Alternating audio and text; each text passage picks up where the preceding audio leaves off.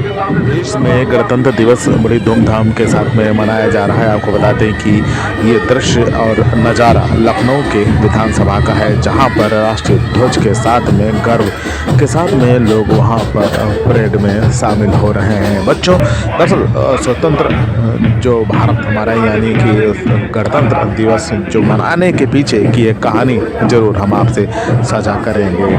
भारत स्वतंत्र गणराज्य बनने के बाद में देश में कानून का राज्य स्थापित करने के लिए 26 नवंबर 1947 को भारतीय संविधान सभा द्वारा इसे अपनाया गया और 26 जनवरी 1950 को इसे लागू किया गया। इसे लागू करने के लिए 26 जनवरी की तिथि को इसलिए चुना गया क्योंकि 1930 में इसी दिन भारतीय राष्ट्रीय कांग्रेस ने भारत को पूर्ण स्वराज्य घोषित किया था। इस दिन हर भारतीय अपने देश के लिए प्राण देने वाले तमाम जो अमर सपूतों को श्रद्धांजलि अर्पित करते हैं।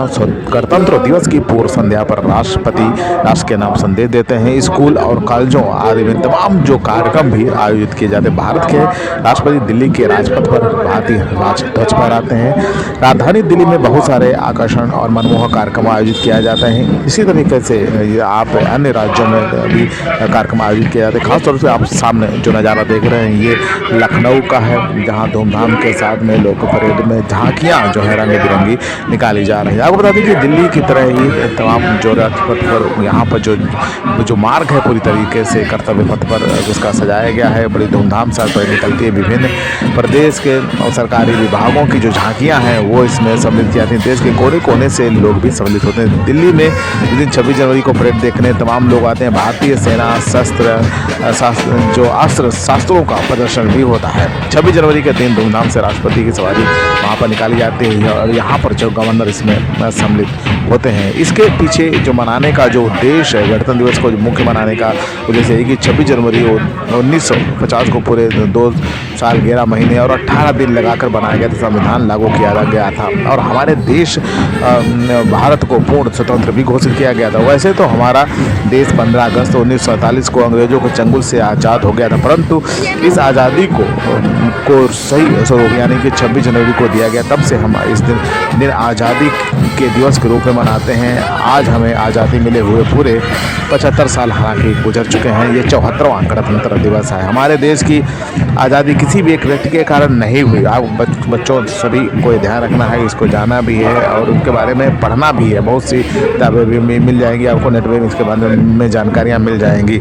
हमारे देश की आज़ादी बहुत सारे जो महापुरुषों स्वतंत्रता सेनानियों ने इसमें मिल के योगदान दिया। भगत सिंह, सुभाष चंद्र बोस, इशफाकुल्लाह खां आज़ाद सहित तमाम जैसे पुरुषों ने अपने बलिदान दिया। देशभक्त अपने देश को गुलामी की जंजीरों से बंधा ना देख सकें और देश को आज़ाद कराने के लिए उन्हें प्राण त्याग दिए।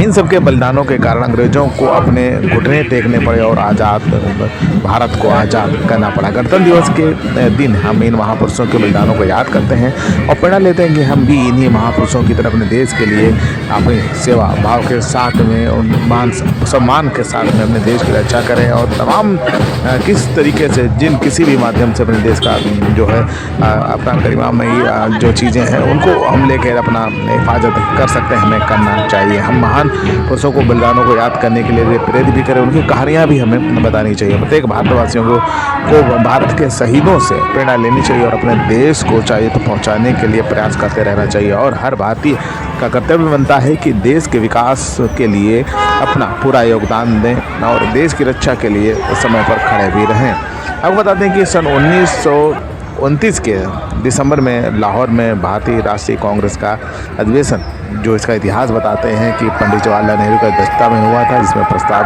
पारित कर इसकी घोषणा भी की गई थी। यदि अंग्रेज सरकार 26 जनवरी 1930 को भारत को डोमिनियम का पद प्रदान नहीं करेगी, यानी उसके जो तमाम चीज़ों को लेकर था बात होनी थी, इसके विस्तार से किसी वीडियो में चर्चा भी करेंगे, जिसके तहत भारत ब्रिटिश साम्राज्य में भी स्वशासित इकाई बन जाए। उस दिन भारत की पूर्ण स्वतंत्रता के निश्चय की घोषणा की और अपना सक्रिय आंदोलन आरंभ किया। उस दिन से 1947 से स्वतंत्रता प्राप्त होने के बाद 26 जनवरी को जो है स्वतंत्रता दिवस मनाया जाता है। इसके पश्चात स्वतंत्रता प्राप्ति के वास्तविक दिन यानी 15 अगस्त को भारत के स्वतंत्रता दिवस के रूप में भी स्वीकार किया। भारत के स्वतंत्र हो जाने के बाद संविधान सभा की घोषणा की हुई और इसने अपना कार्य 9 दिसंबर 1947 से आरंभ किया।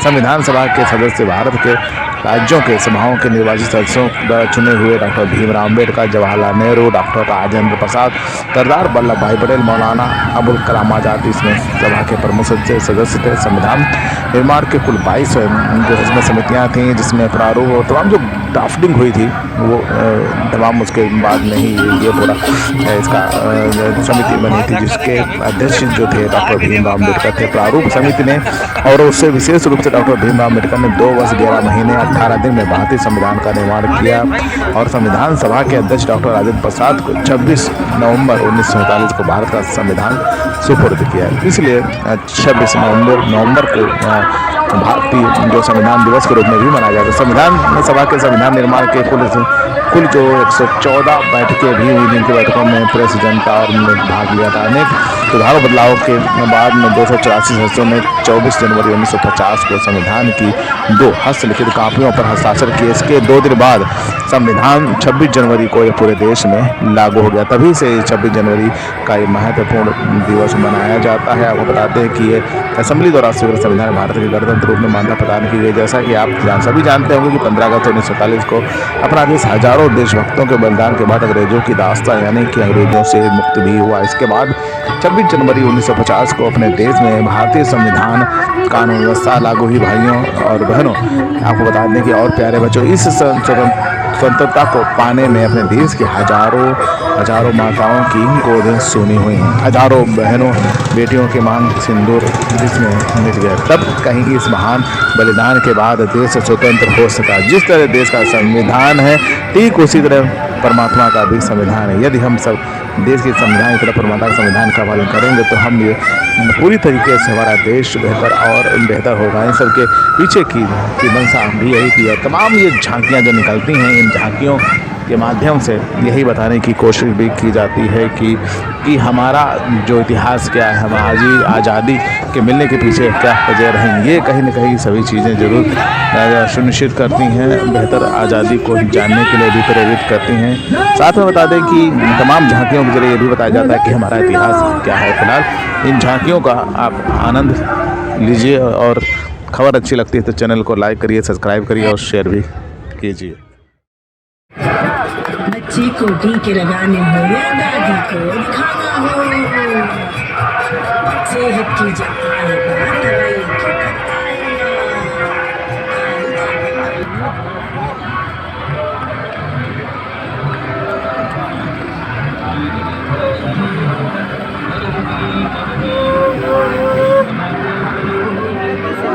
कॉल करें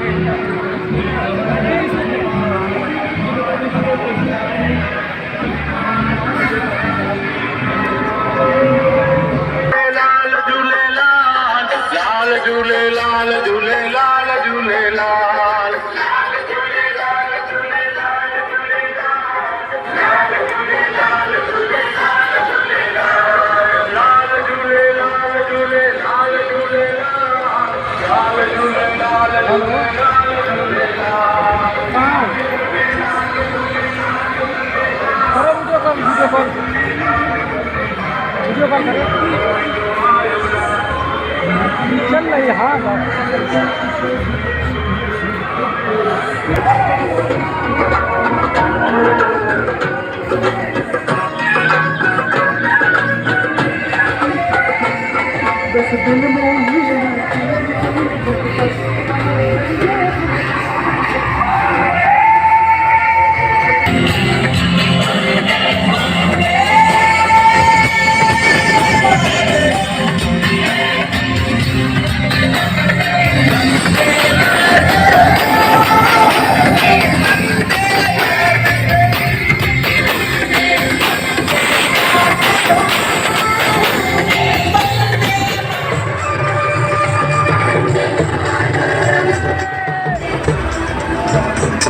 मोटे अनाज की खेती को बढ़ावा दे रही है।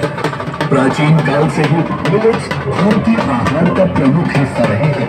उच्च प्रोटीन, फाइबर, कम पानी की आवश्यकता होती है। मिलेट्स के प्रति लोगों को जागरूक करने के लिए वर्ष 2023 को अंतर्राष्ट्रीय पोषण अन्न दिवस के रूप में मनाया जा रहा है।